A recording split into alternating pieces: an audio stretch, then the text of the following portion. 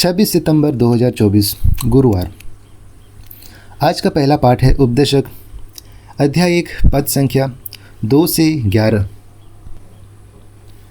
उपदेशक कहता है, व्यर्थ ही व्यर्थ, व्यर्थ ही व्यर्थ, सब कुछ व्यर्थ। मनुष्य को इस पृथ्वी पर के अपने सारे परिश्रम के क्या लाभ।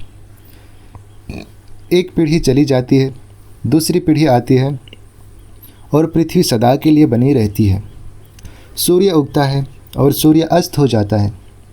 वह शीघ्र ही अपने उस स्थान पर जाता है जहाँ से वह फिर उगता है। वह दक्षिण की ओर बहती है और उत्तर की ओर मुड़ती है। वह घूम घूम कर पूरा चक्कर लगाती है। सब नदियाँ समुद्र में गिरती है, किंतु समुद्र नहीं भरता, और नदियाँ जिधर बहती है उधर ही बहती रहती है। यह सब इतना नीरस है कि कोई भी इसका पूरा वर्णन नहीं कर पाता। आँखें देखने से कभी तृप्त नहीं होती और कान सुनने से कभी नहीं भरते। जो हो चुका है वह फिर होगा, जो किया जा चुका है वह फिर किया जाएगा। पृथ्वी भर में कोई भी बात नई नहीं होती जिसके विषय में लोग कहते हैं, देखो यह तो नई बात है। वह भी हमारे समय से बहुत पहले हो चुकी है। पहली पीढ़ियों के लोगों की स्मृति मिट गई है और आने वाली पीढ़ियों की भी स्मृति परिवर्तित लोगों में बनी रहेगी। यह प्रभु की वाणी है। ईश्वर को धन्यवाद। संत लूकास के अनुसार पवित्र सुसमाचार अध्याय 9 पद संख्या 7 से 9।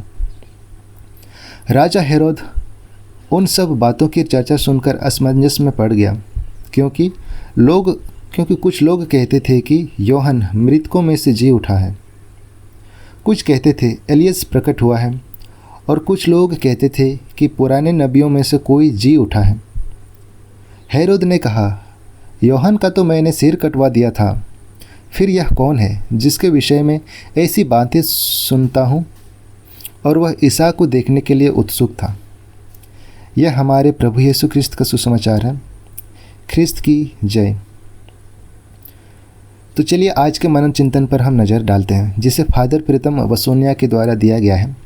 और वो कहते हैं, आज के सुसमाचार में वर्णित हेरोद एंटिपस और हेरोद महान का पुत्र है। वह यीशु की सेवकाई दौरान गलीलिया में शासन करते थे। लूकास ने उन्हें यीशु को लेकर जिज्ञासु व्यक्ति के रूप में उन्हें चित्रित किया है। उसने उन सभी बातों और कार्यों के बारे में सुना है जो यीशु द्वारा दिए जा रहे हैं, और वह हैरान है। वह खुद से पूछता है, यह मैं किसके बारे में ऐसी खबरें सुन रहा हूँ? वह यीशु को देखने के लिए बेचैन है। यीशु के बारे में इस तरह की जिज्ञासा और जानने की इच्छा कुछ लोगों के लिए विश्वास की शुरुआत हो सकती है। फिर भी यहाँ तक कि जो लोग जीवन भर विश्वासी रहे हैं और यीशु के बारे में बहुत कुछ जानते हैं, वे भी हैरान रहेंगे और यह मौलिक सवाल पूछना जारी रखेंगे, यह कौन है? यीशु के रहस्य की गहराई, ऊंचाई, चौड़ाई है। वह अनंत है।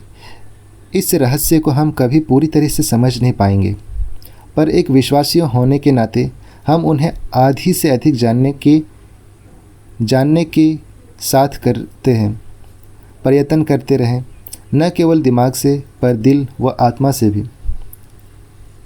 संत रिचर्ड की एक छोटी सी प्रार्थना मुझे याद आ रही है। Day by day O lord संत रिचर्ड की एक छोटी सी प्रार्थना मुझे याद आ रही है। Day by day O dear lord, 3 things I pray, to see 3 more clearly, love 3 more dearly, follow 3 more nearly, day by day। हे प्रभु, दिन ब दिन मैं बस 3 चीज़ों के लिए हूँ, कि मैं तुझे और स्पष्ट से देख सकूँ, तुझे और गहराई से प्यार कर सकूँ, और करीबी से तेरा अनुसरण कर सकूँ।